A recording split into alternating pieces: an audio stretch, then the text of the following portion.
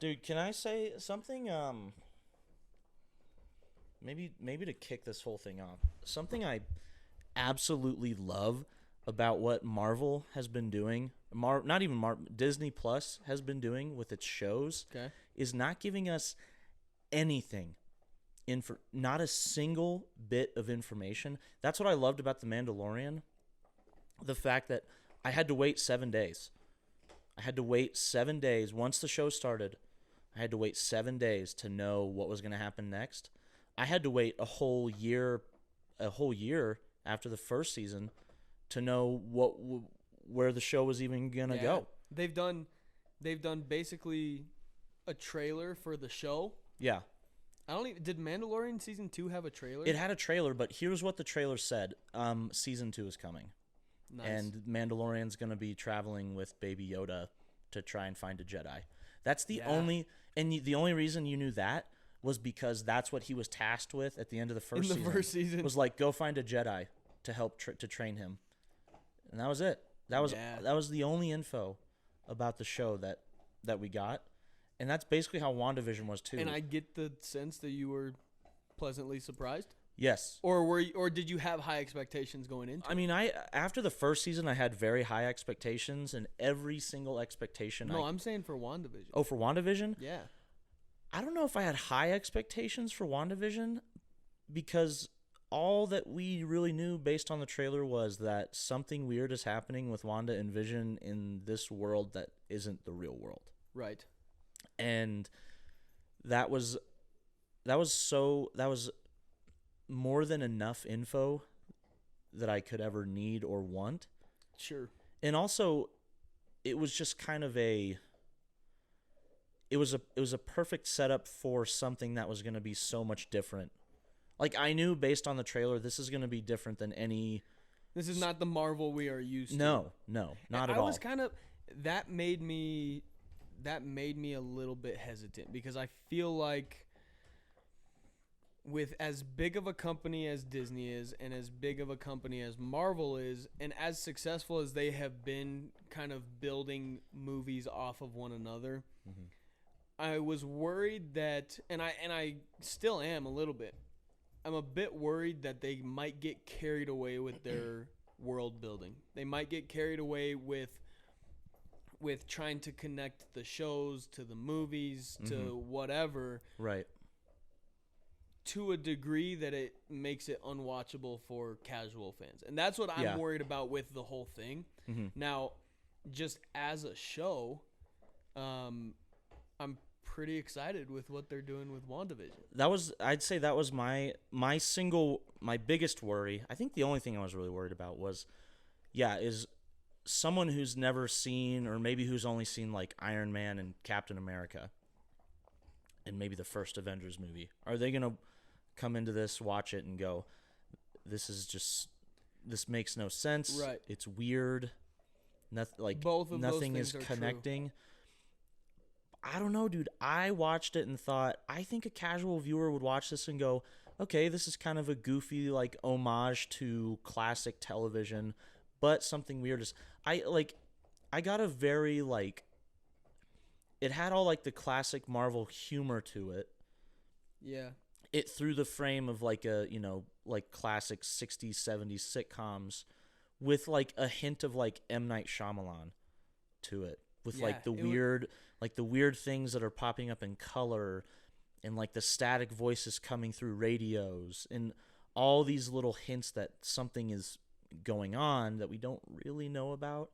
Like it made me feel like I was kind of like watching this perfect like amalgamation of Marvel with like some of the better thriller creators out there. It's kind of cool. I think so far, and we only have 2 episodes, but I think that if they continue along the path that they're on, it can be plenty exciting for casual viewers to watch. You don't have to.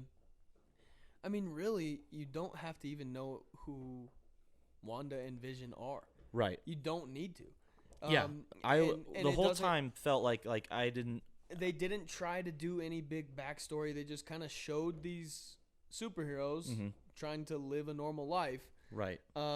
And I think it's it's so far working out very well for them. But it's like you said, kind of those thriller vibes that kind of just like something weird is in the works, right? Type of thing. Even like the random commercial breaks thrown into the middle yeah, of it, like yeah. it goes towards kind of making you feel that like something's kind of weird, right? Like the Stark Industries toaster in the first episode. But also, I wasn't sitting there trying to figure out. Oh, I wonder how that random red toy airplane plays into it, or helicopter. I wonder if this commercial is important. I was kind of just along for the ride. You just kind of strapped in, happy to see whatever comes next. And that's what Marvel, like, you know, a lot of people were probably worried, like, are casual people who aren't invested in Marvel gonna understand what's going on? Yeah. Marvel doesn't give a shit.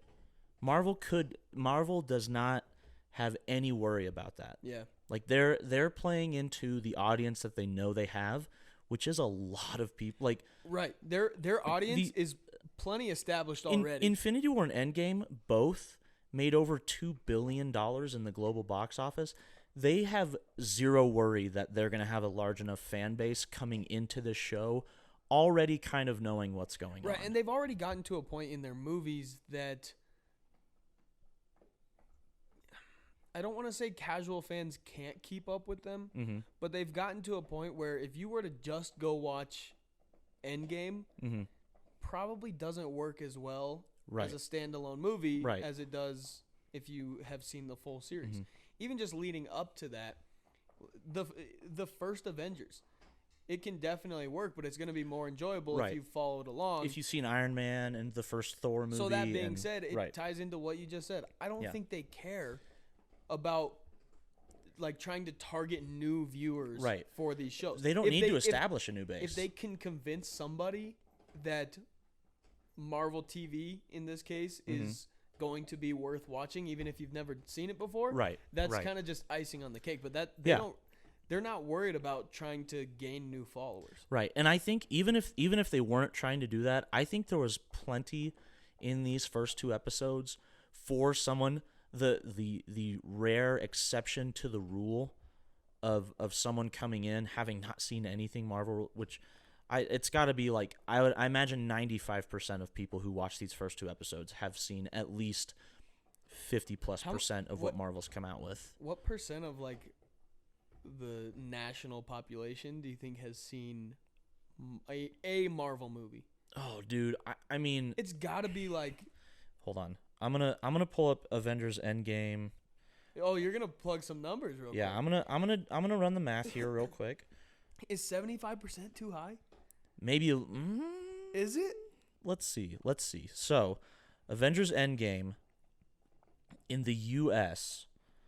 production, music, marketing, theatrical release, box office. Okay, so in the U.S. and Canada, Avengers Endgame made $858.3 million. Okay. Right, and it came out in 2019. Right. 2019 movie theater ticket prices. Average ticket price in 2019, $9.16. So $9.16 into 850. What did I say? $858.3 million. That's a lot of people. I mean, that's almost 100 million people. Yeah. I was gonna say just shy 90. Just shy of 100 in the U.S. alone and Canada, but Canada's population and isn't that was that what big. Movie? Endgame. So Endgame alone reached essentially a third of the population? A third of the population of the U.S. And a decent amount of the population of the U.S. can't even like comprehend English yet because they're all babies. A lot of people have seen Marvel movies across the years, and now I don't know how many of those almost 100 million people were unique viewers, but it had to be a decent amount. But so a lot of people have seen it, and I cannot imagine of the people who watched WandaVision, the majority of them had to be from that pool of 90+ million people who had seen Endgame. Yes, I agree with you. And but the inverse is not true. What do you mean? The majority of those people will not watch WandaVision. Right. But right. The majority, if not all of the people who have watched WandaVision have seen that. Yes, 100%. Tracking. So, kind of to if we want to break it down a little bit, the show starts off with Wanda and Vision, obviously, moving into a home in the suburbs. I believe. I don't know if they give a specific state or anything like that. The town is called Westview. I think that's all we really know about the town. And on the first episode, it's pretty standard genre fare for like a 50s sitcom. Yeah. A new family moves into a house. They meet the neighbors. They have this date coming up that they're unsure of what exactly it's supposed to be. Vision thinks he's supposed to have his boss and his boss's wife over for dinner, and Wanda thinks it's their anniversary. And shenanigans ensue. Vision shows up with his boss and his boss's wife, thinking dinner's going to be ready. Wanda's showing up. Wanda's pulling up, thinking, oh, Vision's going to be ready to, do some, it's going to happen. Gus, it's their anniversary, Dom. Gus, it's TVPG. Gus, we're off the nice boy clock. She thinks they're gonna do it, dude. She thinks they're gonna get between the sheets. Rated TVPG. You can't be saying stuff like that. Yeah, but you can still. Our podcast is now rated TVPG from here on out. Okay. So Wanda thinks that when Vision gets home, they're going to kiss. Gross, dude. They're gonna have a very warm romantic hug. Listen, how about that? Okay, yeah. Continue. It's going to be a very romantic night of hugging and continue. And, so it's at this point when the mix-up happens. Wanda goes off to try and cook a dinner, and one of her neighbors brings stuff over. They get something together, and they start having this conversation with Vision's boss and his boss's wife about where they're from, when they got married, and they realize they can't answer any of the questions that are being asked of them because they don't know. And then that moment when he starts pressing, I was like, okay, this is what I expected to happen. I expected them to not know these things. Right. And then the boss starts choking on a piece of some things. I don't know what they were. I can't remember what they were. They were eating breakfast food, I think. So he just starts choking on food. Yeah. And the boss's wife just starts laughing, saying, "Stop it! Stop Dude, it! Stop it!" Not gonna lie, that moment, that scene was kind of creepy. It was very creepy, and that's what I didn't expect it to be as kind of. I knew it was gonna be weird when they kind of leaned into the idea that something is happening that is away from reality. I didn't expect it to be unsettling and kind of like just really off-putting. You know what it reminded me of? What? It gave me some major "I'm thinking of ending things" vibes. Dude, that's a right. Yeah, that's a solid. Yeah, the wife is just sitting there saying, "Oh, stop it! Oh," as this guy's like choking on the ground, right. And she's like and laughing, dying. and yeah, like, it just keeps like panning back to her face, saying, "Oh, stop it!" Right. Kind of creepy. Yeah, really, just really, really unsettling whole time. And it was almost just as creepy the way that after Vision saves his life, the guy just stands up and goes, "Well, we better be going." Things are just normal again. And it goes, but like creepy, but also that's the type of like sitcom humor that this show was full of. Right. Oh yeah. And it makes it so entertaining, partially because, I mean, those like 50s sitcom like jokes are not really funny. Like they're kind of funny in like a cute, funny way. Yeah, like, it's kind of cutesy. Because you're like, this is how this is how humor was in the 50s. Exactly. Like they didn't know jokes. Right. They didn't understand what a good joke was. They didn't understand what a joke was. They didn't understand how to build a joke up. But that's also kind of what makes it fun. Yes. With the play between Marvel that is usually a little bit more serious. Yeah. Than this, at least. And also just kind of like what's gonna happen next. Right. That humor really like worked pretty well. Right. As far as driving the show. I'm interested to see because so at the end of this episode, you see someone is watching what we're watching through a television screen. Yes. And I'm interested to see, like, that brings up the idea of maybe someone is doing this to Wanda. Like maybe they don't have a choice. Maybe she's being induced into this state of an alternate reality to, like, keep her at bay. Yeah. To keep her from lashing out, because Vision is dead. Like, he's alive in this universe, but this isn't the real world. Well, and that was confirmed by the trailer we got too. Right. So because one of the characters is like, "You're not here anymore." You're not here anymore. He's like, why are you here? Or why am I not here? And she's like, because you're dead. Yeah. So there's that idea kind of churning after the first couple of episodes. Also, the idea by the second episode, the aspect ratio of the picture widens out a little bit. It's not quite full 16:9, but it's a little wider. It moves away from the square. The house changes. Yep. It's now a 2-story house. So they're moving from decade to decade. Yeah. So they go from the 50s to the 60s in episode 2. Basically, each episode is supposed to be representative of an era of TV. Right. And I'm interested to see if that ties into Wanda's mental state by the end of the show. If that's just kind of an easier way for them to kind of set the narrative up.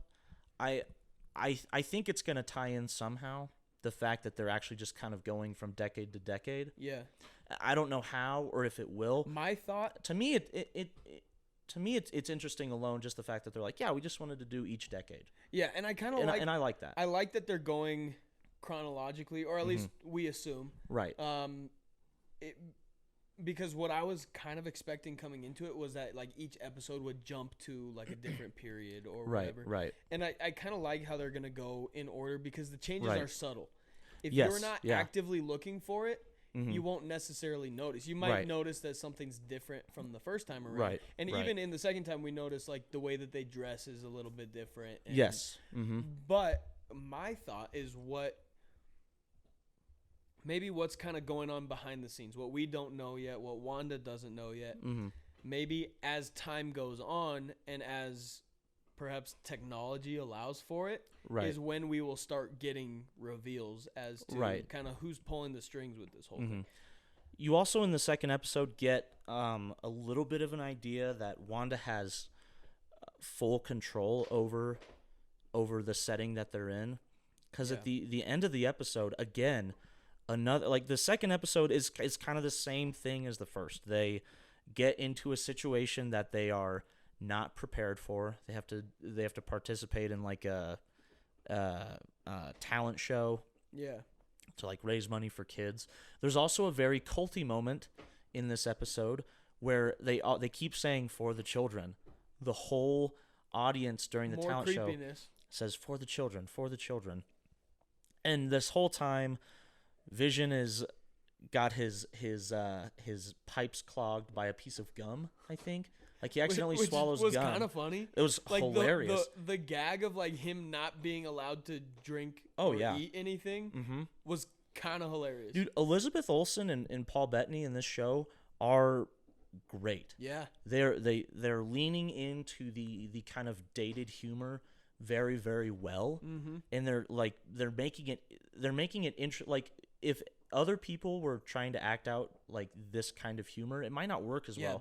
But these two actors are fully committed to this kind of style. Their that delivery has been flawless. Great. So good. Yeah. So throughout this whole talent show, Vision keeps, like, showing his powers off, and Wanda has to keep, like, coming in and, like, making sure people don't realize what's happening. Just, like, create a rope when he starts flying. Right, when he starts, like, lifting himself up. Yeah. And he's, like, attached to a rope and a pulley. Yeah. That was also kind of an evolution of Wanda displaying her powers. Right. In the first episode, she, like, moved things around or, like, but she also struggled to make dinner, like, by actually cooking it. Right. In the second episode, if there's something that she needs, she's just starting to create it. And so we're also kind of seeing an evolution of her as a superhero, and it hasn't been lost on the people who made the show that these are still Marvel superheroes at the end of the day. And we also get there's a moment where Wanda is talking to a woman who says she's kind of like she's keeping an eye on her and Vision. And Wanda's like, well, we're not here to hurt anyone. She's like, you might be. Yeah, she kind of just keeps saying. Yeah, she's like, I don't trust you. Trust you. And then like a voice starts coming through on the radio very subtly, and I think someone is saying like, who's doing this to you? And talking to Wanda. To Wanda, he's saying, Wanda, who's doing this to you? Yeah. And I don't know if you pick this up. It's the voice of one of the FBI agents from the Ant-Man movies. I think his name, I can't remember his name. I did not pick that up. I don't know why. I only know this because I just watched a movie that he was in. Gus. I've never seen Ant-Man. Oh my gosh. Anyway. Wait, little. What? You know how I said that I worried that they would get carried away with world building and lose some of their casual fans? Yeah. Now, I am more than a casual moviegoer. Yeah. Obviously, but sometimes I pick and choose with Marvel because of the sheer volume of products That's true. that they create. And I see a trailer or I see a character that I'm unfamiliar with, and I say, listen, I don't think I'm going to watch that. Don't get me wrong. I wish there were some Marvel movies that I hadn't watched. Unfortunately, I think I've watched all of them. You're talking about the Hulk, aren't you? Huh? The Hulk. The Hulk movies, not great. Especially the Ang Lee Hulk from like 2003. Oh, we don't talk about that movie's bad. The Incredible Hulk wasn't much better either. It was definitely better, but not by much. The second Thor movie, not good. Captain Marvel, not good. The third Thor movie, amazing, not good. Shut up. Okay. The first movie I did that with was Doctor Strange. I didn't watch it because I was not interested, and then once I watched it, it became my favorite Marvel movie. Yeah, it's so good. So maybe I do need to watch Ant-Man. And maybe, you should. I really like Ant-Man, but I'm a big Paul Rudd fan. Maybe I do need to go Chiefs. Pretend to watch Thor Ragnarok. I'll put it on in the background one day. Paul Rudd is an Ant-Man. One of the biggest Chiefs fans ever. Said it. I love Paul Rudd, bro. Okay, at us. Couple more things. Who would have thought? Not me. Not me. Hey, by the way, Paul Rudd's Hot Ones episode, one of the best ever. One of the most iconic episodes. By the way, up there with Shia LaBeouf. Hot Ones episode, the number one best of all time, in my opinion. My favorite episode was Shia LaBeouf. I'm going to have to go back and watch all of them. Yeah, again. I'm going to have to. Every single one of them. Okay, not every single. Oh, God. Okay. You going to make time for that? Shout out Hot Ones. Shout out Hot Ones, bro. Honestly, shout out Hot Ones. Shout out, dude. Shout out Sean Evans. Sean Evans is a master. Hot Ones really, got me, following. It was, one of the first shows that I, actively followed on YouTube. Yeah. It was that, and, for me, it was Good Mythical Morning. Good Mythical Morning was big. I've watched a lot of, Good Mythical Morning clips. I've never taken the time to, every... I knew that was going to happen. You did too, right? You had to have. I kind of thought it might happen. Leo, watch out, dude. I'm sorry. I'm sorry.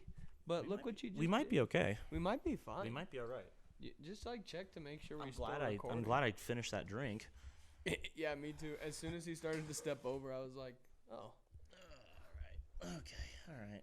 He flinched so hard, dude. He turned to look at it, and I went and, put my hand on his head, and he, Are we still recording? Let's see. I'm going to pause it real quick. Yeah, good. I think we're all right. It looks like we're all right. Leo, I'm going to need you to go lay down, all right. please. So let's just get back to our actual. We went off. We really went off on a tangent. So just a couple more things. Here, lay down, a couple more big things from the second episode. We are introduced to color, not at the end, but also in a couple moments throughout the actual episode. We see in that moment where that woman's like, "I don't trust you." You start hearing the voice on the radio. she like breaks a glass in her hand. It starts bleeding. You can actually see the blood is red. We're seeing a lot of red. And then you see the red and yellow. Shout out Schindler. Shimshong's list.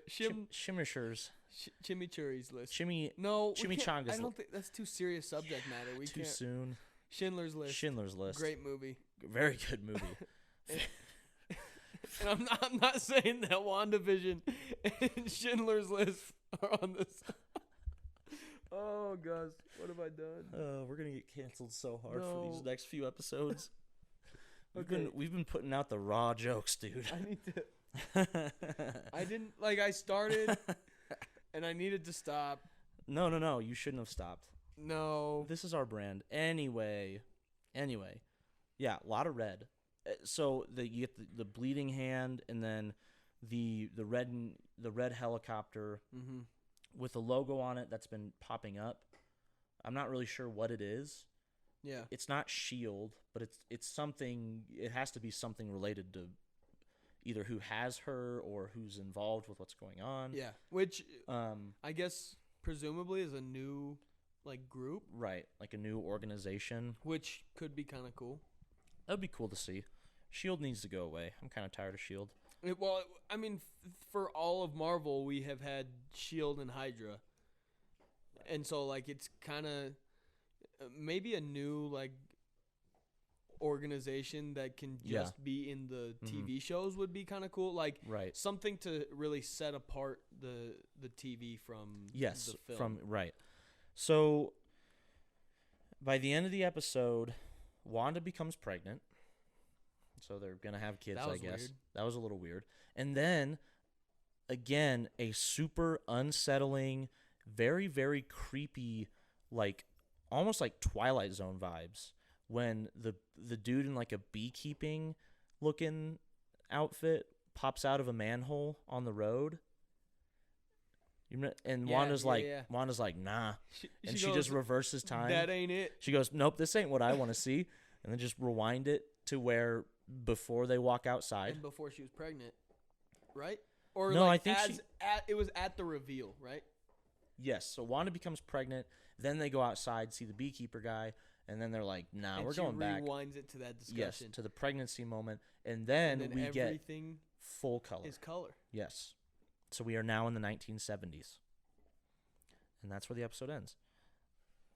And then you get the weird radio frequency of the guy Wanda, who's doing this to you at the very end of the episode. So two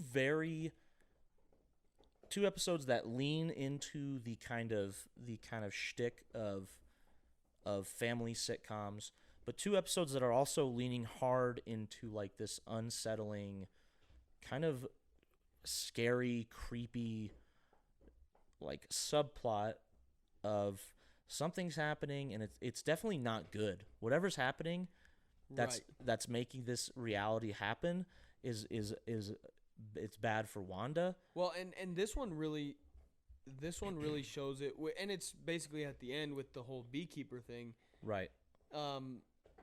Wanda kind of panics. She's not ready for whatever is about to happen, and so she reels it back. Right. And so we still don't really know what kind of knowledge she has or even what maybe involvement she has with this situation that she's stuck in. Right. And that was kind of interesting because who knows what this next chapter is going to bring. For sure. So, also, dude, I don't know. Did you read, Easter egg articles after? No, I've kind of purposely tried to avoid breakdowns and stuff of these episodes. After reading, I read them after I watched on last Friday. After I watched the first two, and I was like, I'm not gonna they're giving me way it's information overload. Yeah. If you read those articles, I want to try and keep these reviews to what we know from what we see, because there are all these tiny little things that I read about where I was like, I didn't notice that. I didn't just weird noises were this is from this, and I was like, that's too much down the rabbit hole. That's too much down the rabbit hole. I'm sure they're making great points, but I think if we can keep this as simple as from what we know, from our understanding of the MCU, Yeah. it's probably going to be a much easier time, especially for us. And it'll also keep the conspiracy theories to a minimum because I already have a million going on in my head. And I don't need a sound from the first episode. So then you're way ahead of me because I'm not even thinking that way. Like I'm really? kind of just along for the ride. I'm along for the ride too. With you, but I'm not really like. Those first 2 episodes. I really just enjoyed them as they happen. Yeah. I don't really care what. I'm not worried about like what the overarching thing is going to be throughout this series. I'm not really worried about who these powers that be are. Yeah. Powers that be. I said powers at B. I kind of thought you said at, but I wasn't going to point it out. Powers that. Hey, you can say at B. I'm not going to. I don't care. I mean, I'm going to judge you internally but for it. I'm not really. That's kind of like a subplot to me. I'm really, honestly, I'm just excited to be like, oh, what is 1970s WandaVision going to be? Right. Like, that's just as intriguing to me how they're going to develop the show as is, like, what kind of hidden storylines there might be. And I think that's why casual fans will actually really like this show. Yeah. Because, I mean, for someone who like you, who has seen a lot of Marvel stuff, and me, who has seen a lot of Marvel stuff too, to just be excited for the fact that, like, we're just going to kind of go through the decades and see what happens. Like, obviously, people who have seen Marvel stuff are going to pick up on more things than people who haven't seen a lot of Marvel movies, shows, whatever. Sure. But the fact that we're watching it going, it was enjoyable to, like, laugh at the old humor. It seems that Marvel references are minimalistic. Right. Kind of where you're not, as a casual viewer, you're not going to, like, get hit over the head with them. Yeah. You're not going to be forced to sit there and be like, oh, what was this? Like, I don't understand this subplot. I don't understand this character. You don't really need to know. The most dedicated Marvel fans are probably going to catch a lot of stuff. Yeah. But it's hidden well enough that I'm not going to sit here and have to think about it for hours after the episode ends. Right. Or where I'm not going to be rushing to my computer to try to, like, type in a name or type in whatever to figure out what actually happened. Right. You know? Mm-hmm. You have any, predictions for the next episode or things that you are looking forward to playing out in the coming weeks? Or I'm looking forward to the introduction of full color. That'll be nice. I'm interested to see what they do with Wanda's pregnancy. I don't remember seeing kids, like, in any of the trailers, but I also don't like try and pay too much attention to trailers because trailers are notorious for spoiling things. Right. So if I do watch trailers, I try and just... Well, and any more trailers are notorious for having trailer exclusive footage that will not be in the movies. Right. So I'm interested to see what they do with kids, because based on how the timeline's going, the kids will be in the next episode. If they have kids, they will be in the next episode. Yes. I'm really interested. I really hope they lean a little more into the fact that Vision is dead. And Vision kind of trying... Because a lot of the first 2 episodes were really about Wanda realizing things were kind of off. I want to see more of Vision realizing that too. Yeah. I think that's something that'll probably start to happen a little more. Also, the 70s are, like, probably one of the coolest decades ever, so it'll just be cool to see what kind of references they make to 70s sitcoms and culture and all that stuff. So I'm kind of excited to see how how they're going to start tying in those commercials. I feel like there's got to be something with them. Mm-hmm. The 2 that we've seen are both for products. So there's a commercial for the Stark Industries toaster, Toastmate, and then there's a watch by, I think the brand was Strucker. So, which I don't know if you noticed this. There's a Hydra symbol on the watch. I did notice, like a very noticeable Hydra symbol. And I know from Wikipedia, the most reliable source on the internet. Amen. I know that there is a Marvel character with the last name Strucker. Yeah, Strucker is. It's like. I don't know. I don't know how he ties in, but I know that there is a Strucker name in the Marvel universe. Right. It'll kind of be interesting if, like, at first glance, at least in this context, Strucker and Stark Industries are kind of equals. Right. Based off of how it's been presented. So Right. that could be something kind of interesting. Maybe how these companies or how these people have progressed and become prevalent in the Marvel universe since the 50s, or I don't know how it might play out. Yeah. But I'm kind of excited to see, because something's going to happen with those commercials. Right. Even if it might not relate to the WandaVision story, but we might see some sort of progression in those commercials alone. That's kind of going to be a different storyline for us to follow. Yeah, I'll be interested to watch that. Look out for that. I'm curious. So they have Stark and then Strucker. I wonder if they start doing like stuff from like Shield or other like agencies, companies that we kind of know are in the MCU that have been around for a while. I mean, even just those kinds of Easter eggs, like it's funny to us to watch the Stark name be put on the side of a toaster. Right. But you could also kind of connect the dots if you wanted to as to how a appliance company could end up creating Iron Man. Like that kind of thing. So it might be kind of fun to see where that goes. Yeah. So next episode out on Friday. They're all going to be coming out Fridays. Right. Presumably. I don't know how long this season is going to be. 6 episodes. 6? Okay. So we should be able to follow along pretty closely. I think so. Yeah. Should be able to. Not sure if we'll do late week releases, early week releases, but we will do weekly as long as WandaVision is coming out weekly. Right. This one will be out the Thursday before episode 3. Yeah. And then once episode 3 drops, we'll kind of decide if we want to keep it to Thursday or if we want to move it to Mondays. But for the next 5 weeks, starting this week, we'll have WandaVision recap and kind of breakdown. Yeah. So pretty excited about that. The other thing, and I didn't even tell you this yet, started working on the Instagram page. Oh. So it is Word. It is not live yet. Okay. But it is in the works. Be on the lookout for that. So be on the lookout. Hopefully, I'm hoping this weekend I have something posted. Okay. From the Front Row Seats. Sweet. Instagram page. We'll see how that plays out, because I've been saying that since December. So this will be dropping Thursday, and we got a couple Warner Bros.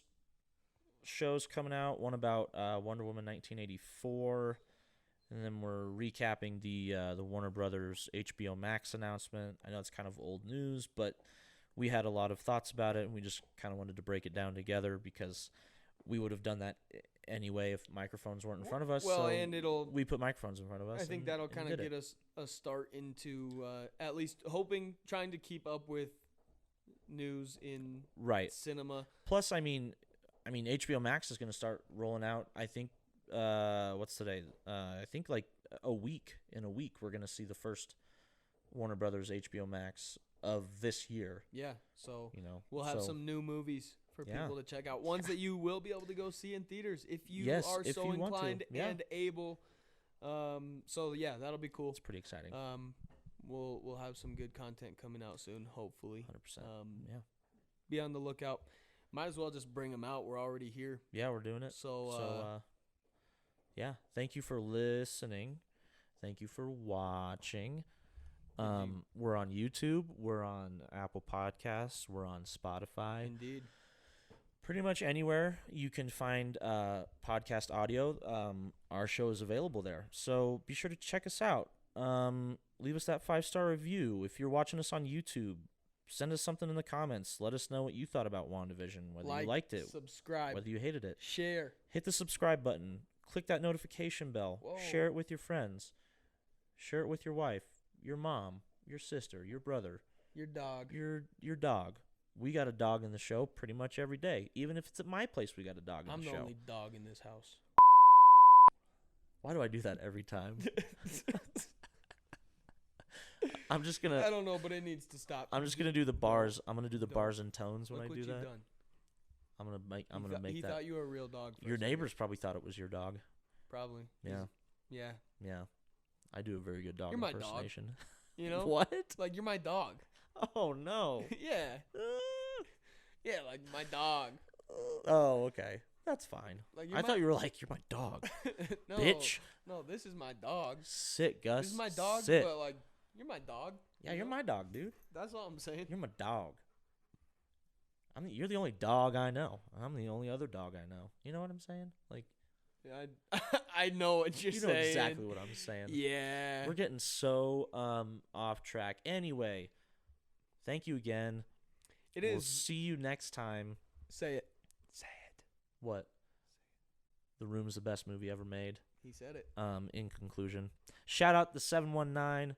We record in this city because we love it and because we're too poor to move anywhere else. So, love you, Sea Springs. We'll see you next time. Dude, it is 8:13 and I'm ready for bed.